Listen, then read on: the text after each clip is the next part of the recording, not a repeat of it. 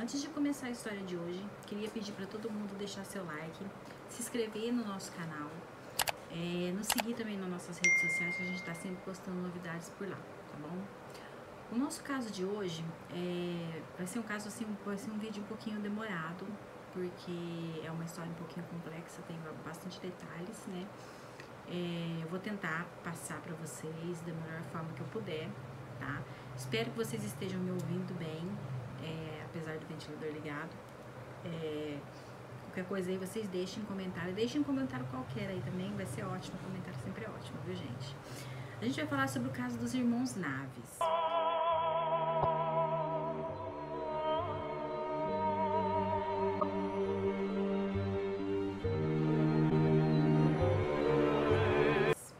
O caso dos irmãos Naves é considerado o maior erro jurídico que ocorreu no Brasil.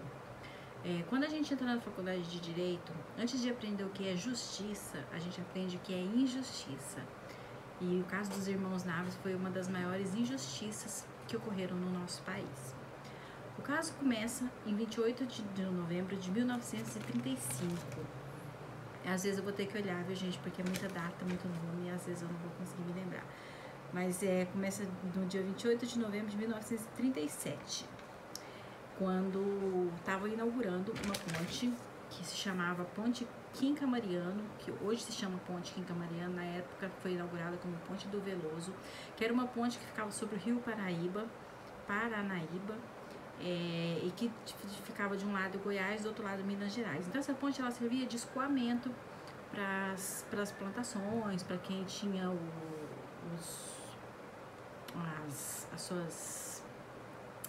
para quem plantava as coisas e carregava para lá, fazia esse intercâmbio entre um estado e outro. Então era uma ponte muito importante e foi um evento muito importante a inauguração dessa ponte nesse dia, tá? Vamos conhecer os irmãos Naves. Sebastião José Naves nasceu em 29 de 1 de 1905 e tinha 32 anos quando o caso ocorreu. Joaquim Naves da Rosa nasceu em 16 de 1 de 1910 e tinha 27 anos quando ocorreu o caso. O outro envolvido também era Benedito Pereira Caetano, que era primo do Joaquim e do Sebastião, que ele era casado com Salvino Lino de Jesus e tinha 3 filhos. O mais velho, inclusive, se chamava Wilson, mais novo, aliás, se chamava Wilson, tinha 9 meses. O Joaquim também era casado com uma moça que se chamava Antônia Rita, que era analfabeta, e tinha uma filha que se chamava Alice. Então eles eram todos parentes. O Joaquim e o Benedito, eles compraram em sociedade um caminhão. Na época pagaram 16 mil contos de réis, algo assim. E usavam esse caminhão para fazer o transporte do arroz, dos cereais que eles colhiam para transportar de um lugar para o outro para poder vender. Então eles eram sócios, eles eram primos. Só que o Benedito, ele não morava em Araguari, ele não morava na cidade mesmo, ali na cidade pequena, ele morava numa cidade um pouco maior. O pai dele era fazendeiro, então ele pegou dinheiro emprestado com o pai, com a cunhada e com a mãe, para poder comprar bastante arroz para tentar revender quando esse arroz estivesse em alta. Só que o que aconteceu é que esse arroz nunca esteve em alta, então ele levou um prejuízo muito grande. Ele pegou 116 mil réis emprestado e conseguiu vender o arroz apenas por 90 mil réis, ou seja, ele ficou devendo uma boa parte do dinheiro que ele tinha pegado emprestado, nem lucro não era. E ele ficou muito chateado, muito desesperado com isso, mas ele pegou esse dinheiro numa sexta-feira, no dia 28, e pegou esse dinheiro, era o cheque. E a pessoa que pagou, o próprio dono do armazém onde ele guardava o arroz, comprou o arroz dele, né? E o próprio dono do armazém falou pra ele, olha, não troca esse cheque, porque ficar andando com dinheiro é perigoso. E contrariando e os primos também, tanto o Joaquim quanto o Sebastião falaram pra ele, olha, não troca esse cheque, ficar andando com dinheiro é muito perigoso e tal. Mas ele foi pela própria cabeça e no sábado de manhã, naquele tempo os bancos funcionavam no sábado de manhã. No sábado de manhã ele foi até o banco e sacou todo o dinheiro, 90 mil réis, que seria hoje aí em torno de uns 200 e poucos mil reais por aí. E ele sacou tudo esse dinheiro e ficou com esse dinheiro na mão. O dono do banco ainda falou pra ele, o caixa do banco falou pra ele não sacar esse dinheiro nesse dia, porque ia ter a festa da inauguração da ponte, ia ter muita gente de fora, então poderia ser muito perigoso para ele. Mas ele insistiu, quis ficar com o dinheiro e tudo bem.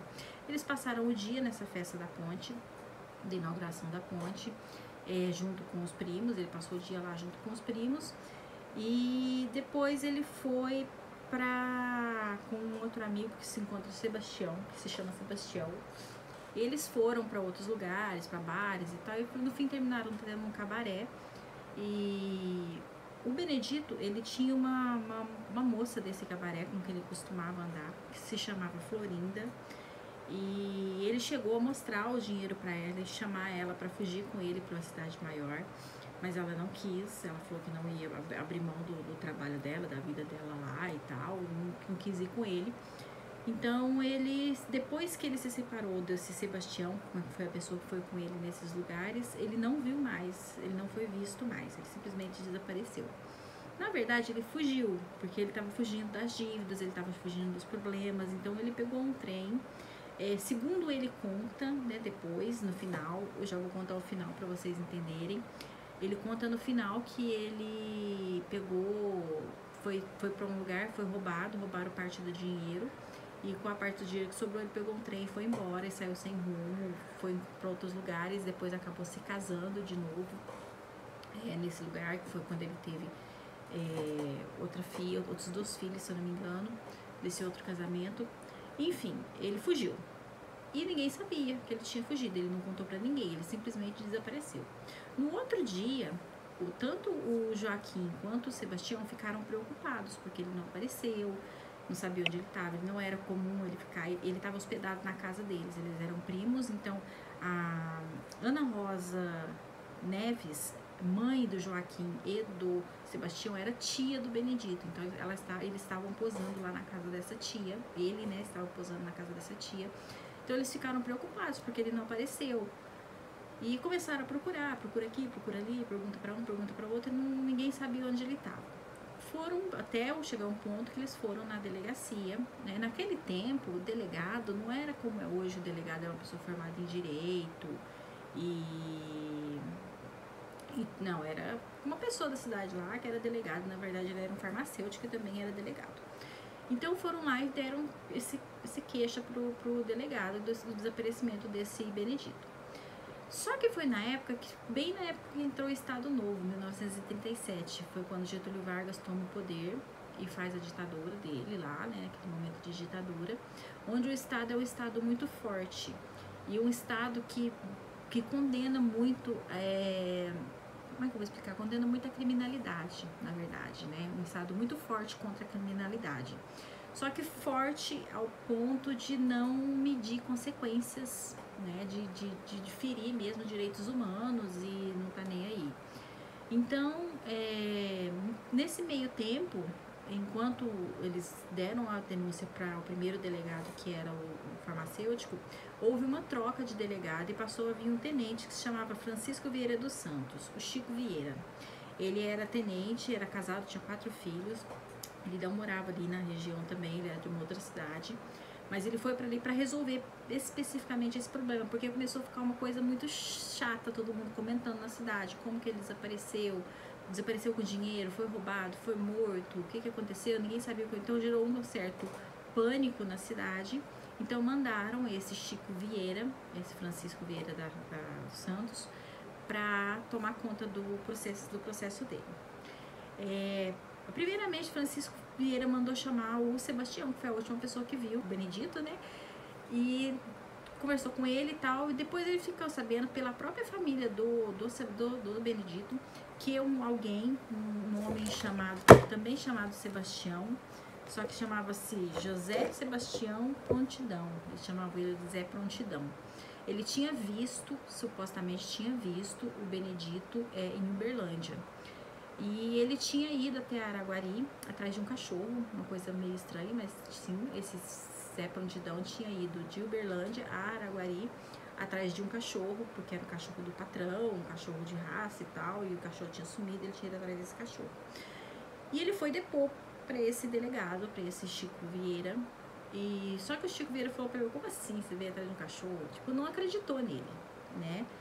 E mandou levar ele pro porão. Naquela época, quando se levava pro porão, a gente já imagina o que acontece, né? Não precisa de eu explicar aqui para vocês, né? Era tortura de todas as formas que vocês puderem imaginar. Ele foi torturado durante 7 dias, até que ele teve que confessar a história que o Chico Vieira queria que ele confessasse. Que o Sebastião mais o irmão dele haviam pego o Benedito e tinham matado o Benedito para ficar com os 90 mil reais que ele tinha. E foi essa história que o delegado começou a montar no inquérito. Então, quer dizer, ele já tinha os culpados por aquilo que tinha acontecido, mas ele precisava de provas. E ele sabia como conseguir essas provas, né? Ele tinha lá os métodos dele para conseguir essas provas. Então, ele levou preso o Sebastião, o Joaquim e a mãe dele, uma senhora de 66 anos, que era Ana Rosa, para colher depoimentos daquela forma que nós sabemos que não é muito conveniente, digamos assim, né? Os 3 foram muito torturados. A senhora sempre negou, que nunca tem certeza que não aconteceu nada, que não foi o filho dela que fez nada.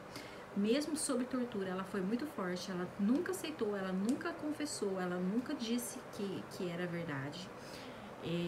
Estupraram ela, violentaram ela, bateram nela, enfim, torturaram ela de todas as formas que você pode imaginar, mandaram os filhos dela bater nela, como eles se recusaram, os próprios policiais bateram muito nela. Então, assim, não tiveram um pingo de dó por ser uma senhora de 60 e tantos anos de idade. Isso foi o que fizeram com ela. Aí soltaram ela foi embora, e aí ficou o Sebastião e o Joaquim nas mãos do delegado, sendo torturados diariamente para que eles confessassem o crime. Gente, eu tô falando de todo tipo de tortura que vocês puderem imaginar e que não puderem. Quem não é da época da ditadura militar, quem não é da época, não entende muito talvez, de amarrar de cabeça para baixo na árvore, passar mel e deixar os bichos picar, arrancar a unha com alicate, arrancar dente com alicate, esse tipo de coisa, assim, tudo coisa pesada, coisa que não dá nem pra gente ficar falando muito, né, porque é bem pesado. E a Ana Rosa saiu correndo, né, dessa situação, quando ele deixou ela ir, porque de certa forma ela não podia ficar presa, porque ela não tinha feito nada, né. Então ela correu e acabou batendo na porta de um advogado que se chama João Alami Filho.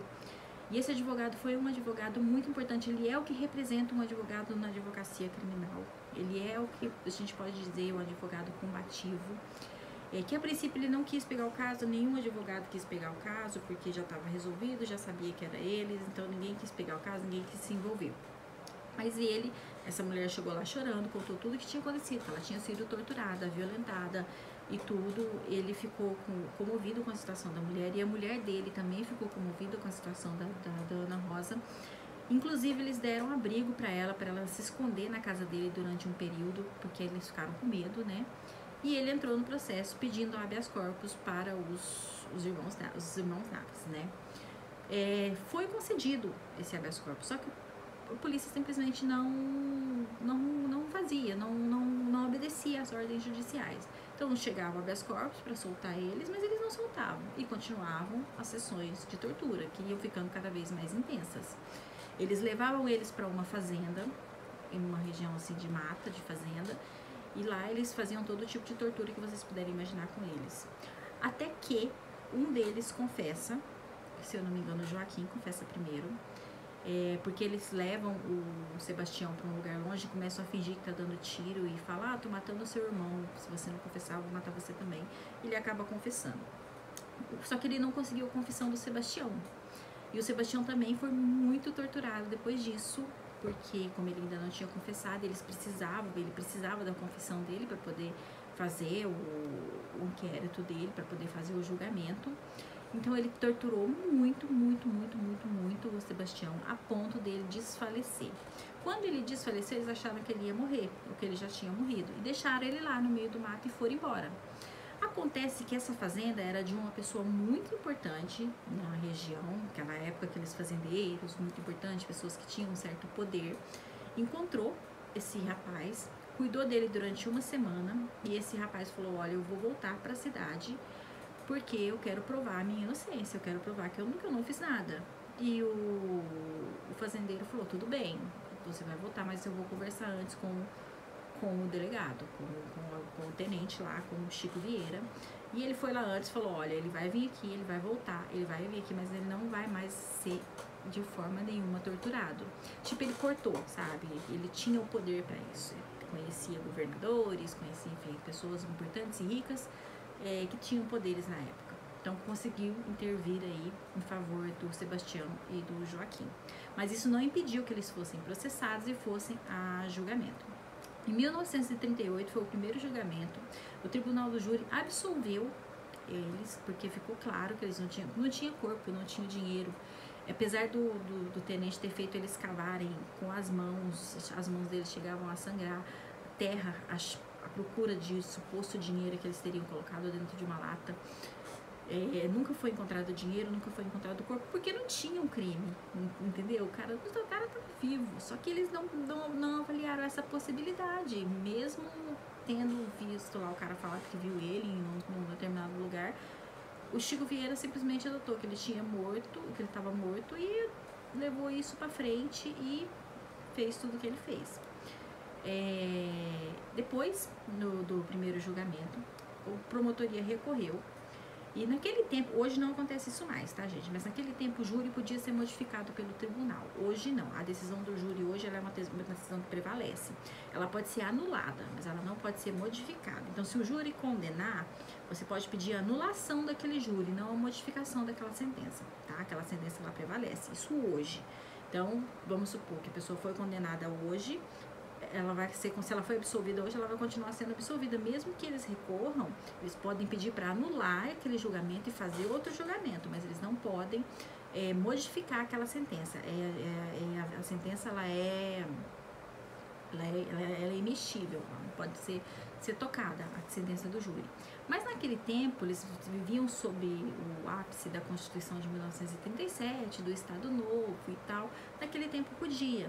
Então o promotor recorreu e o tribunal modificou a sentença e condenando eles, né? Eu sei que no final eles terminaram condenados a 25 anos, mas por bom comportamento depois passou a 16 anos e ficaram um total de 8 anos presos quando saíram em liberdade condicional. Depois que eles saíram em liberdade condicional, no dia 24 de 7 de 1952, inclusive o Sebastião, que era o mais velho, ele morreu em 48, se eu não me engano, de doença. Assim que ele saiu da cadeia, passou pouco tempo, ele foi reconstruir a vida dele com a família. Ele teve uma filha pequena e ele acabou morrendo por conta das sequelas que ficaram das torturas que ele sofreu. Ele comeu caco de vidro, ele tomou óleo diesel, enfim, ele sofreu diversas formas de tortura que acabaram ali, parece, o estômago dele. Ele morreu muito jovem, tinha 50 e poucos anos. Eu esqueci de contar um detalhe: a família dele, inclusive esse bebê de 9 meses, também foi pro porão, tá, gente? Foi todo mundo pro porão, foi todo mundo torturado. Eles torturaram tanto a mulher que ela não conseguiu mais amamentar a criança que já tinha problemas de saúde, acabou vindo a falecer. Então, o filho mais novo acabou vindo a falecer. Então, assim, a mulher do Benedito, tá? Que tinha criança pequena. Então, assim, todos os envolvidos ali foram pro porão, foram torturados pra confessar uma coisa que nem era crime, que nem tinha acontecido, tá? Enfim,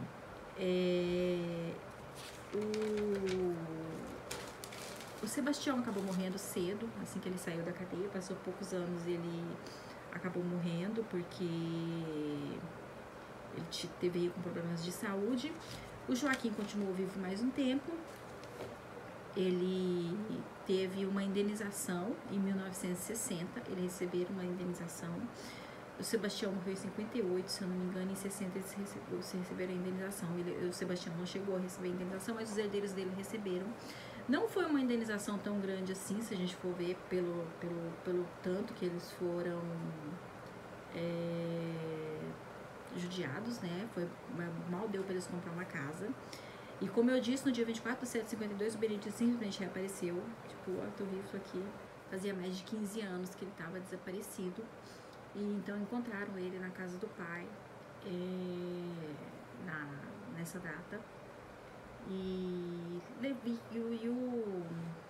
o Joaquim queria muito que ele fosse para Araguari para ele poder provar para todo mundo que ele era inocente, que o irmão dele também era inocente, que não tinha acontecido nada.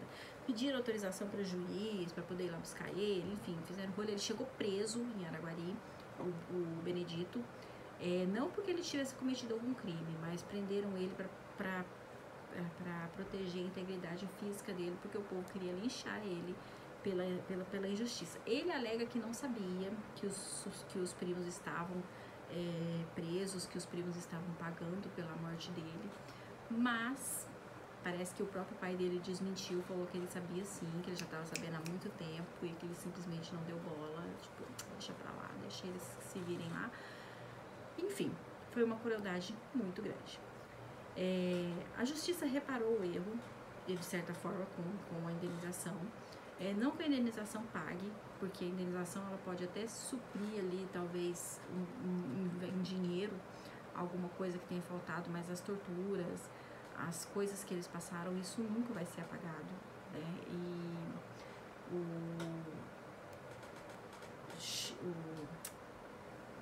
o Joaquim também morreu pouco tempo depois, acho que 3 meses depois, ainda em 1960. O Chico Vieira, ele morreu em 1948 ele teve um AVC, então ele morreu também muito cedo. Diz que não foi uma morte muito agradável, digamos assim, né? Foi uma morte lenta, vocês sabem como é um AVC.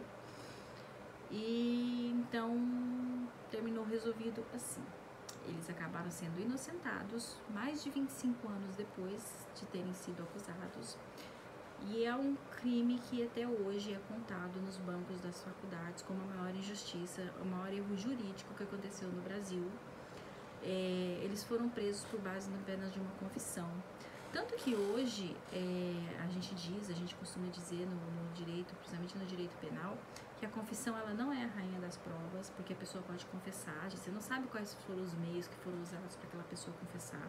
Então a confissão, para ela ter valor no direito penal, ela tem que vir junto com provas contundentes, provas bem evidentes, porque senão ela não tem valor nenhum, tá? Então não adianta o cara chegar lá e falar, fui eu que fiz. Se não tem nenhuma prova contra ele, não vai acontecer nada com ele, porque não tem nada contra ele. Então, para que ele confesse, para que a confissão tenha algum valor, tem que ter provas suficientes também, junto com a confissão. Aí a gente diz que uns dizem que a confissão não é a rainha das provas, ou que a confissão é a prostituta das provas, né? Uma coisa assim. Então, a confissão não é hoje mais considerada como fonte principal de julgamento. O que é muito bom, né? Porque foi isso que acabou levando eles para a cadeia, com uma confissão que foi tirada à base de muito sofrimento. Depois de tudo que eles passaram, eles confessariam mesmo, qualquer pessoa confessaria. Mas graças a Deus eles conseguiram provar a liberdade, a verdade, conseguiram provar a inocência deles. E mesmo que tardiamente tenham recebido uma indenização que talvez não tenha sido justa, talvez não tenha servido para tanta coisa, mas ela veio. E eles puderam falecer ali e morrer tranquilos com toda essa situação. É um crime que ficou marcado. Eu vou deixar linkado aqui, nesse canto, não sei. Alguns vídeos que eu assisti sobre o caso, muito interessantes, tá? E de onde eu tirei também algumas informações. Eu tirei informações também do filme dos Irmãos Naves e do livro com o mesmo nome. E vou deixar tudo linkado aqui, não sei, pra vocês assistirem, se vocês quiserem, se vocês tiverem interesse pelo assunto, tá bom? Espero ter resumido. É um caso que aconteceu que ficou muito marcado, é uma injustiça mesmo. E não vou me alongar mais. E até o próximo vídeo. Queria só fazer um adendo nesse vídeo, que ficou faltando uma informação que eu acho que é importante, que o Benedito, depois que ele voltou, a família dele ia vir para depor de avião. O avião caiu, ele perdeu toda a família nesse acidente de avião. E ele acabou nas ruas, virou um andarilho e acabou andando aí sem rumo, e ninguém sabe direito o que aconteceu com ele.